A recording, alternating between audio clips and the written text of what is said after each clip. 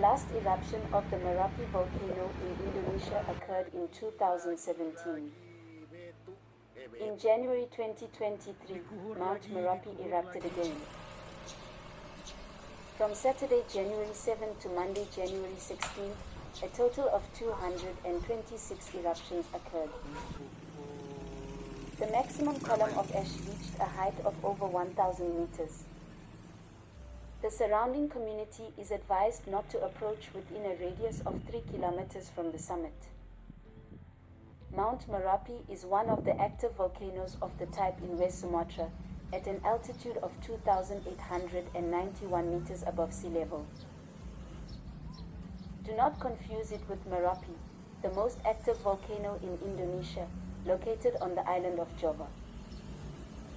Mount Marapi has erupted several times in history. The earliest mention of the eruption of Mount Marapi dates back to the 18th century.